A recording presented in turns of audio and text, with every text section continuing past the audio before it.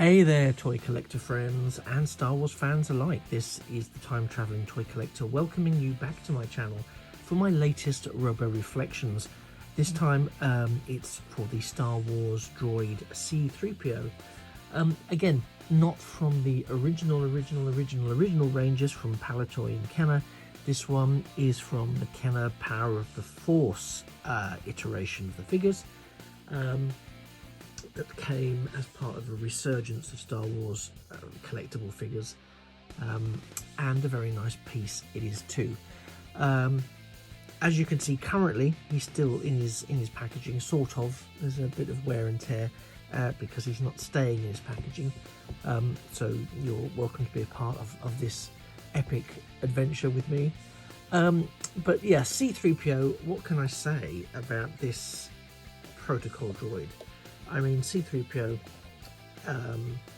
was, and it's always, people always sort of talk about their first, but don't often remember their second. I remember my second because it was a no-brainer. So it was 1977, 1978, I think, one of those two, when I first got my Palitoy R2-D2 with the clicky head and the wraparound sticker that was supposed to make up for all of the detail that wasn't there on his body. I actually got it when I was away on holiday in Scotland visiting relatives, so that's how vivid my memory and attachment to that figure is. And there was a toy shop in the high street of the town that we were staying in, and they had the original Star Wars figures packaging on the wall behind the counter. Never forget it. Some reason it wasn't a huge toy shop, but it was a family run toy shop, and they had, if you will, all the on card figures hanging behind the counter. I can visualize it now as I'm saying it, so you couldn't look at them so much as you could sort of stand there, ogle and say, "I'll have that one please." I was lucky enough to be bought R2-D2 first, and because of my love of the film, I'd not long seen it in the cinema. I knew that R2-D2 was great, but R2-D2 on his own, not a thing. He very much needed his robotic counterpart, C-3PO, and C-3PO was in the shop. So within a couple of days of acquiring my very first Star Wars action figure, I also acquired my second Star Wars action figure, which was C-3PO. Again, sadly not this version. My version of C-3PO is lost to time, along with so many of my other action figures. Regrettably sold as part of car boot sales, etc. I'm sure it's a very familiar tale to a lot of people listening and watching this video. But I was very taken with this because when this range was relaunched, I was spending some time doing some helping out, really. I was going to say part-time work, but it was more helping out because I loved it, in like a collector's toy shop in East London, and they had quite a few of these, and I was very fortunate to be able to get some at wholesale price. And I even got a couple for Christmas, because they knew of my interests. I got a few of the what was at the time the Phantom Menace figures and sets prior to Christmas. They did me a little parcel, which was lovely. I've had very fond memories of that time. Anyway, you don't want to know about that. You want to know about this. Well, there's not much to tell you. I only purchased C-3PO when I had the chance to, because I knew I had picked up the R2 unit, the Power of the Force version, and knew I needed a C-3PO counterpart.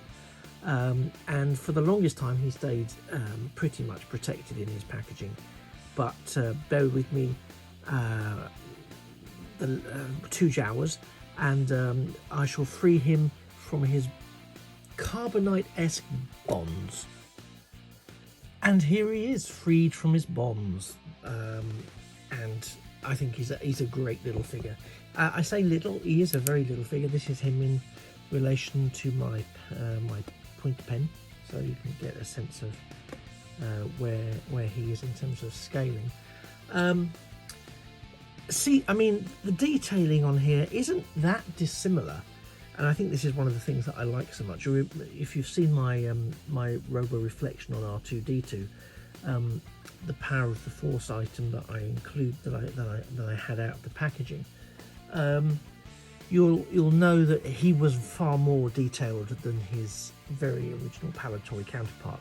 This iteration of C-3PO, I would actually say, with the exception of the midriff area here, which you can see some of the wire coloration that's in there and detailing, in terms of surface detail and the mold and the sculpt, I would say there's not that much, from my memory at least, there's not that much difference.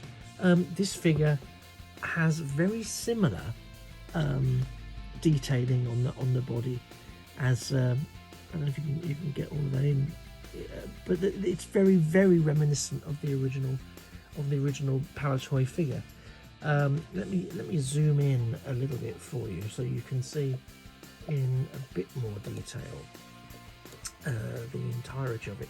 It's quite a static and immobile figure, and I don't mean that overtly as a criticism. I mean, I get that it kind of sounds like when I'll bring him into shot, but you see there is no actual knee articulation, not that there was in the original, to be fair, and there's no shoulder, there's no elbow articulation, not that there was in the original, but the arms are slightly more at an angle than the original version, to my memory, was, which gives him a little bit of an awkward appearance. I know it's in certain sequences within the movie series that's kind of screen accurate because he toddles along. Oh dear. But it's unfortunate.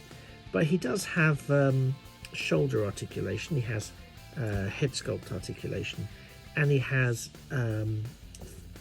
hip articulation, but only forwards and forwards and back. What is nice for this figure is that he has waist articulation, which I did not expect. The trouble with this, of course, is that with the waist articulation, you do see that things don't marry up once you move it, so it looks a little bit odd. But nevertheless, the articulation is there. But you know what?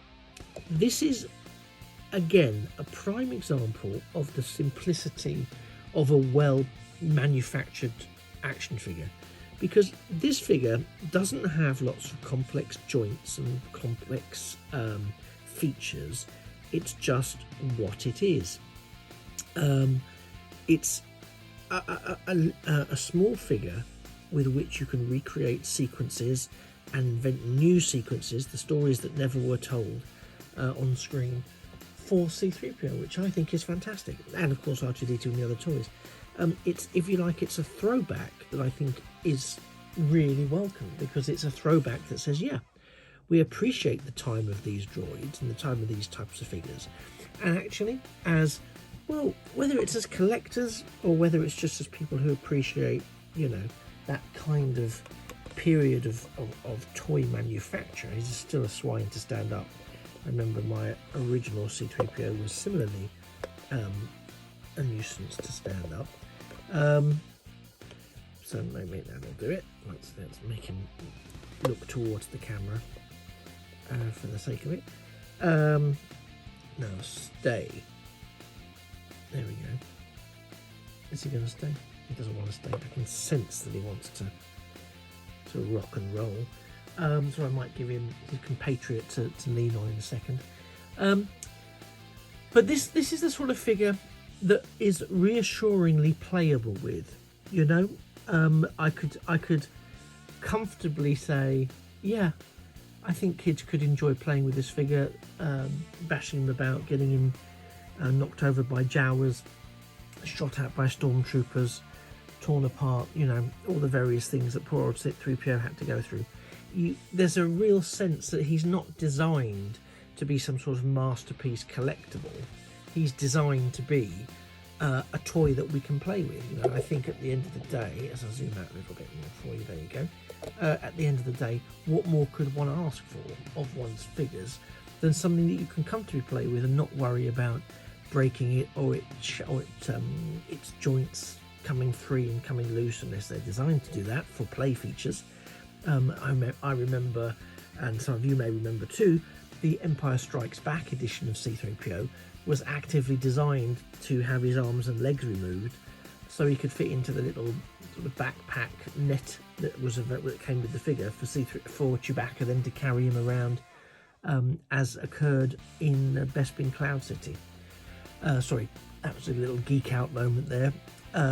But the toy came with those features. I dare say there were some people who didn't get the new C-3PO figure from Empire Strikes Back at the time. They merely pulled the arms and legs off their existing C-3PO and then hoped to goodness they could get them back in again. I don't know if they ever would have done. Gosh. That would not be something that my psyche would have allowed me to have been able to do. Because that would have been deliberately breaking C-3PO. So I'm just, for the sake of nostalgia, going to pop, hopefully without losing the integrity of 3PO in there, our R2 unit in, so we actually have the dynamic duo themselves, as they would often appear.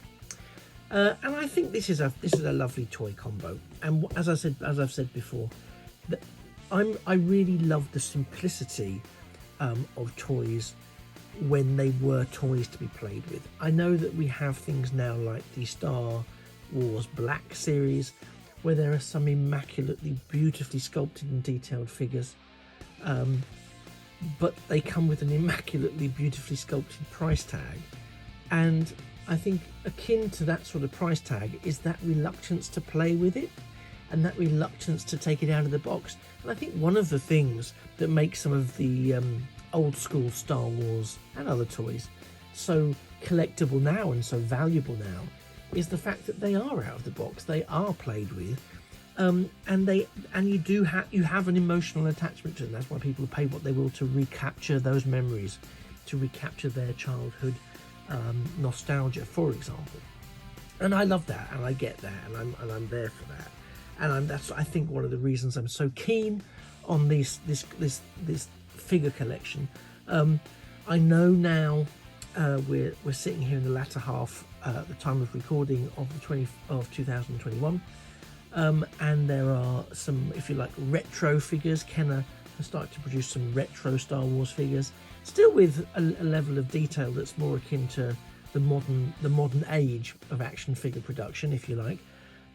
However, they do also include the traditional retro packaging. They're perhaps not as articulated as other figures, and the price point tends to be somewhere between old school simplicity type of figures and some of the more Black Series-esque type of quality in terms of design and play features. So I think that's reasonable, and I like that. And again, people have got the choice then. They can collect it and hold it for what it is, or they can get them out of the box and play with them. And of course, as some people would do, you buy two, don't you? You buy the one to keep in the box because you just never know, and you buy the one that you take out of the box so that you can have it on display. But I'm worried about moving this too much. But you know, these, you can see just from looking at these two guys here, they have an immediate kind of, let's see if there's a slightly better presentation I can do for our droid friends here that gives them a bit more of a better way to be presented. There we go. That works a bit, doesn't it? That's slightly better. But you know, they're a timeless, iconic cinematic combination, and I think alongside that they're a timeless, iconic toy combination.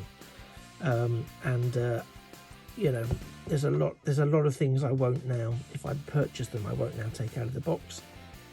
At least that was my initial feeling. As I've started doing these, I'm now moving more and more towards the idea that maybe I will take them out of the box. Maybe I will put them on display and try them out and, you know, present them differently rather than just minting a sealed box or mint on card. Because at their heart, that is not what they were created for, you know, and I think we all know that. I think we can all live with that reality. So yeah, so this was just a little reflection on C-3PO, who was my second ever Star Wars figure. Again, not this iteration. This iteration is from the Power of the Force, as you saw earlier. Complements beautifully the Power of the Force R2 that I have there, which makes them, as a pairing, a lovely little display combo. Do I miss my originals? Yes, there is a charm and an innocence and a simplicity about those originals that these guys kind of emulate, so I'm super happy with that. But by the same token, they're not the same, and I think quite rightly the age of those figures that I grew up with has moved on, but it doesn't stop me having a soft and fuzzy place for them in my heart. And it definitely doesn't stop me appreciating these figures for what they are, which is, if you like, the closest I think we can get in a modern version of the classic Star Wars toy genre. Okay, I'm going to leave that there because I've sort of made my reflections on C-3PO clear, I think, and I do enjoy very much having him out of the box and now with his counterpart, Astromech R2-D2, along with Protocol C-3PO. So I'm going to go away and put them somewhere nice and dust-free. Hopefully this has triggered some positive memories of your own childhood toys. Maybe it's even encouraged you to consider revisiting what's available now in the toy ranges that are currently in the marketplace. I heartily encourage it. You might be surprised with what you find, and also what you might want to start looking into. And also, as we're now leaving lockdown behind us at the time of recording, you may go to toy fairs, you may go to comic cons, big conventions, and often there are toy dealers, second-hand toy dealers, and you'd be amazed at the amount of things you can find bagged up in boxes under or around their tables. Do you know what? It's worth having a rummage. It's worth having a look. You might surprise yourself by the memories you can unearth. If you found this of any interest at all, then do please hit the thumbs up, and a sub to the channel would mean I would wish the Force to be with you always. And if you're going to sign up, you may as well turn on those notifications so you never miss a future video. If you have had any memories rekindled, I'd love to hear about it. Drop me a message in the comments below, or you can send me a message at the Time Travelling Toy Collector over on my Instagram account, which again you may also want to give a follow to.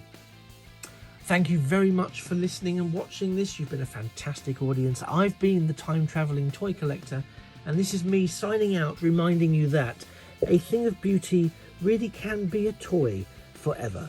In the meantime, take care, and I'll see you in the next video. Bye bye for now.